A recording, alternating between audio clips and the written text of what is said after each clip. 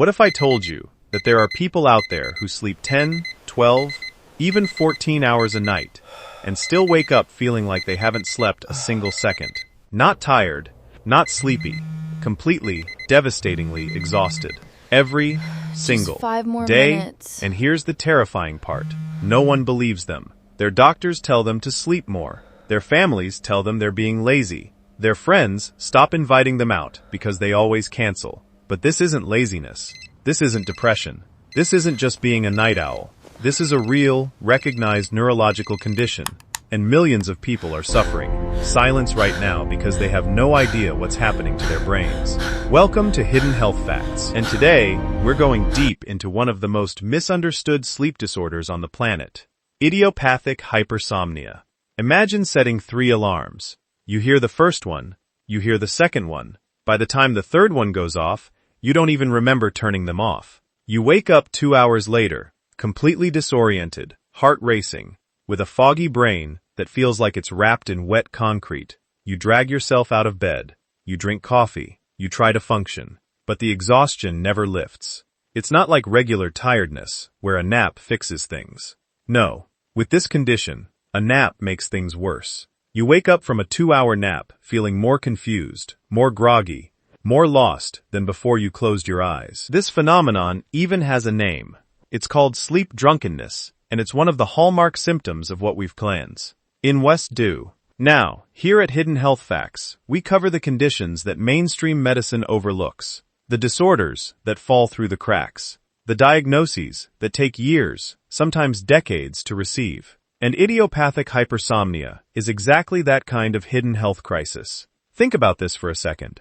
The word idiopathic literally means of unknown origin. In medical language, when doctors say idiopathic, they mean, we know you have this problem, we can see it clearly, but we honestly don't know why it's happening to you. That's both fascinating and terrifying, isn't it? Because it means this condition has been around long enough for doctors to name it, classify it, and study it, and yet the root cause remains a mystery.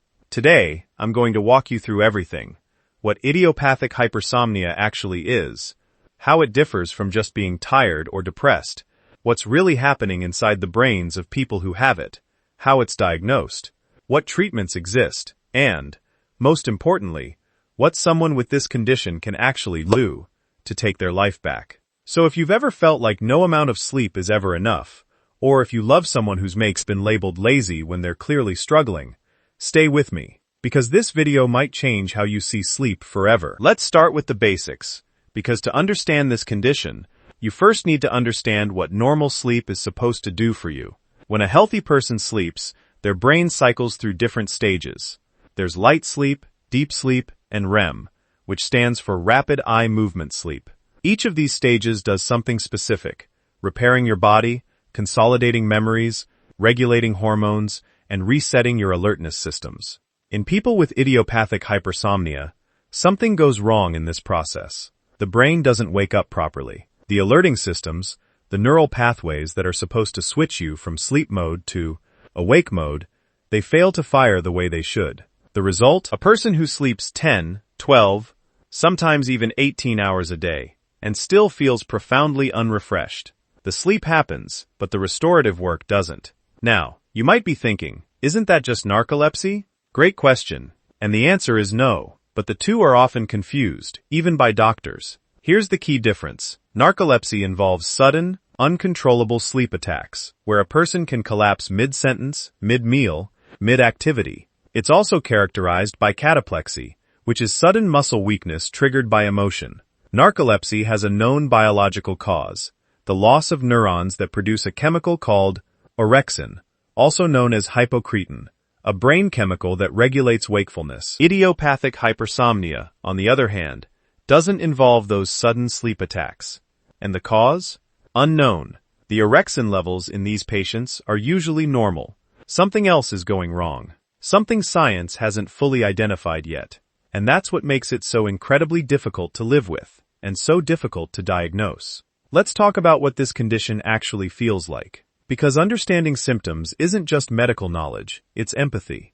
It's the ability to truly comprehend what someone with idiopathic hypersomnia goes through every single day. Symptom number 1. Excessive daytime sleepiness. Not regular tiredness.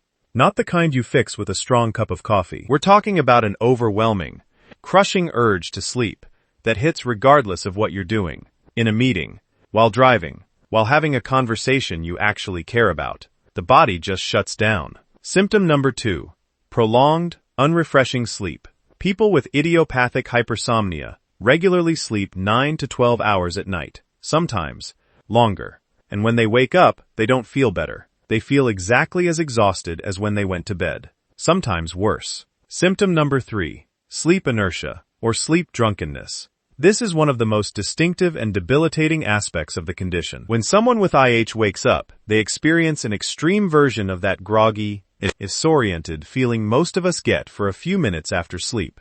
But for them, it can last for hours. They may be confused, aggressive, unable to speak clearly, unable to perform simple tasks. Some people describe it as waking up drunk, without any of the fun. Symptom number 4. Cognitive impairment, brain fog. Concentration becomes nearly impossible. Memory fails at the most basic level. Simple decisions feel overwhelming. For students, professionals, parents, this is career-ending, relationship-destroying, life-altering, and because there's no visible injury or illness, no one understands. They just see someone who seems slow, unfocused, unproductive. Symptom number 5. Automatic behavior. This one is frightening. During episodes of extreme sleepiness, a person may continue performing a task, driving, cooking, typing, without being conscious. They enter a kind of zombie mode, and when they wake up, they have no memory of what just happened. Imagine driving to work and having no memory of getting there. That's automatic behavior, and it's dangerous.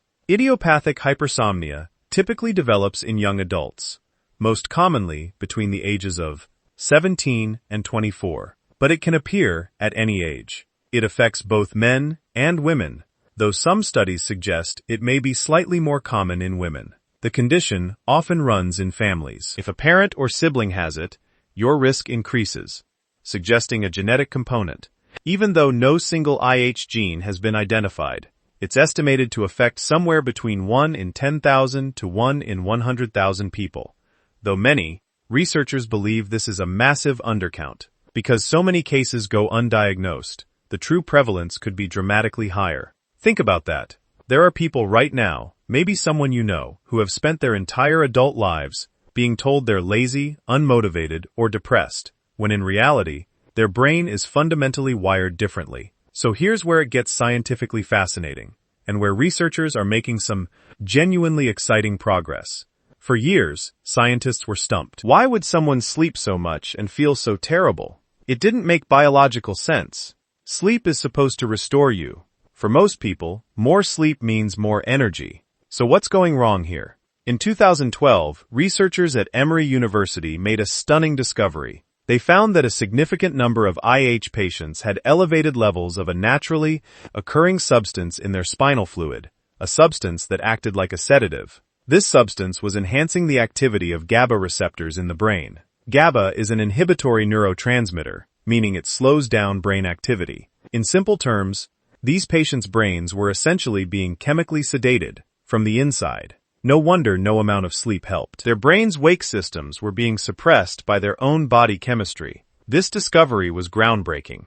It suggested that IH might not be a disorder of sleep itself, but a disorder of wakefulness. The problem isn't that these patients sleep too much. The problem is that their brains cannot fully wake up. And that realization completely changes how we think about treatment, which we'll get to in a moment. Here's a painful reality. The average time between when symptoms start and when a person receives an accurate diagnosis of idiopathic hypersomnia is, are you ready for this? 7 to 10 years. 7 to 10 years of being told you're fine, of being tested for depression, thyroid disorders, anemia, chronic fatigue syndrome, sleep apnea, of being prescribed antidepressants that don't work because you're not depressed, of being dismissed, doubted, and gaslit by the very system that's supposed to help you. Diagnosing IH requires ruling out every other possible cause of excessive sleepiness. That means a detailed sleep history and questionnaires like the Epworth Sleepiness Scale, a polysomnogram, an overnight sleep study where sensors monitor your brain waves, eye movements, heart rate, oxygen levels, and breathing. A multiple sleep latency test, or MSLT, where you're given 5 scheduled nap opportunities during the day, and technicians measure how quickly you fall asleep and what sleep stage you enter. Sometimes a 24-hour actigraphy test, and blood tests, brain imaging, and spinal fluid analysis in some cases. The diagnostic criteria typically require sleeping more than 11 hours in a 24-hour period, despite adequate nighttime sleep, combined with either severe sleep inertia, long unrefreshing naps, or cognitive symptoms, for a period of at least 3 months. And all of this must happen after ruling out narcolepsy, sleep apnea, circadian rhythm disorders, medication effects, and psychiatric conditions. It's an exhausting process, and the cruelest irony is that the people going through it are already exhausted. Let me also bust some of the myths that cause IH patients the most pain. Myth 1. They just need to exercise more and fix their sleep schedule. This is perhaps the most harmful myth. IH is a neurological disorder. It cannot be fixed by going to bed earlier or hitting the gym. In fact, sleep hygiene advice can sometimes make IH patients feel even worse about themselves when it fails. Myth 2. This is just depression. Depression can cause excessive sleepiness, but not all excessive sleepiness is depression. The two conditions can coexist, but they are not the same thing, and treating IH as depression with standard antidepressants rarely helps the core sleepiness. Myth 3. At least they're getting lots of sleep. That's healthy. This one is almost darkly funny, as if quantity of sleep was the same as quality. People with IH would give anything to sleep normally. 7 or 8 hours. Wake up refreshed. Feel human. The excessive sleep isn't a luxury. It's a prison. Okay, we've spent a lot of time in the darkness of this condition. Now let's talk about light. Because despite everything I've just told you, despite the long diagnostic journey, the brain chemistry mysteries, the societal misunderstanding, there is real hope here, and it's growing every year. In August 2021, the U.S. Food and Drug Administration approved the very first medication specifically for idiopathic hypersomnia.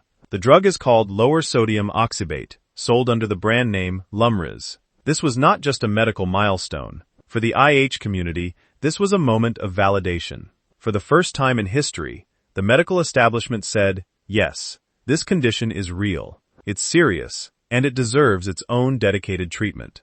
Oxybate works by affecting GABA pathways in the brain, the same pathways implicated in that groundbreaking 2012 MRI discovery. It's taken before bed and helps regulate sleep architecture, reducing the excessive sleepiness that persists throughout the day. Clinical trials showed that patients taking oxybate experienced significant reductions in daytime sleepiness scores, and many reported their first truly restorative sleep in years. The results weren't perfect for everyone, but for many patients, it was genuinely life-changing. While oxybate is the only FDA-approved treatment specifically for IH, doctors have used several other medications off-label to help manage symptoms.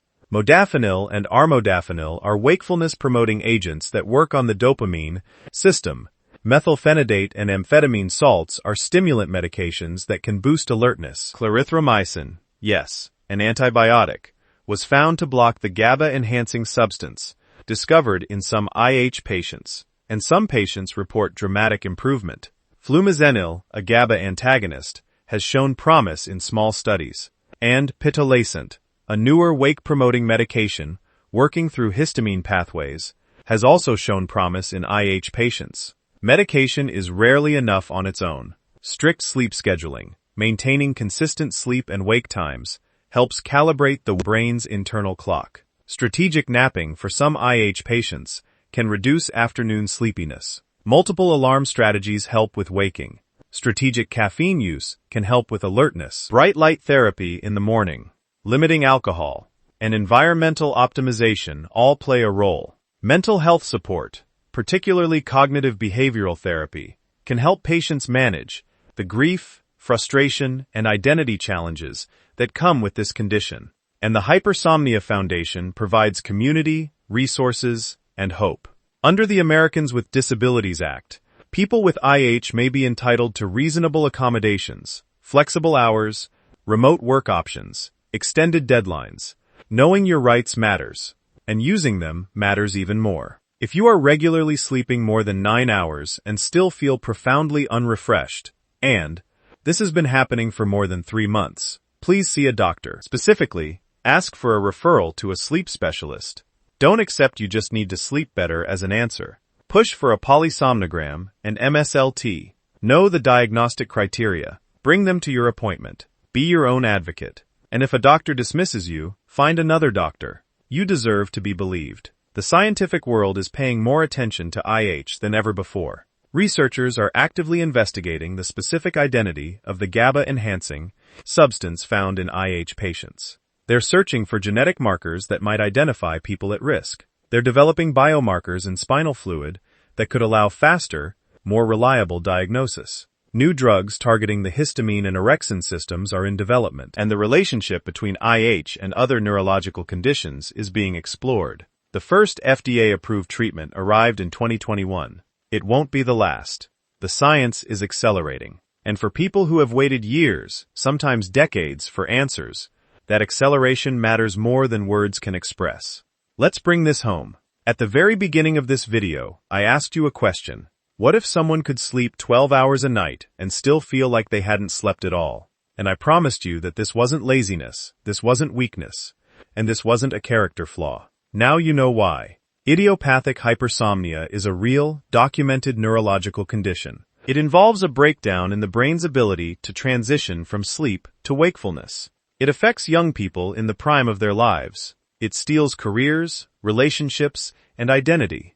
And for years, sometimes decades, the people who have it are told that nothing is wrong, but something is wrong, something specific, measurable, and increasingly treatable. Here's what I want you to take away from today. First, if you're sleeping excessively and never feeling rested, you are not imagining it, and you deserve proper medical evaluation. Second, if someone you love struggles with this, please believe them. What looks like laziness is often a battle they're fighting every single morning.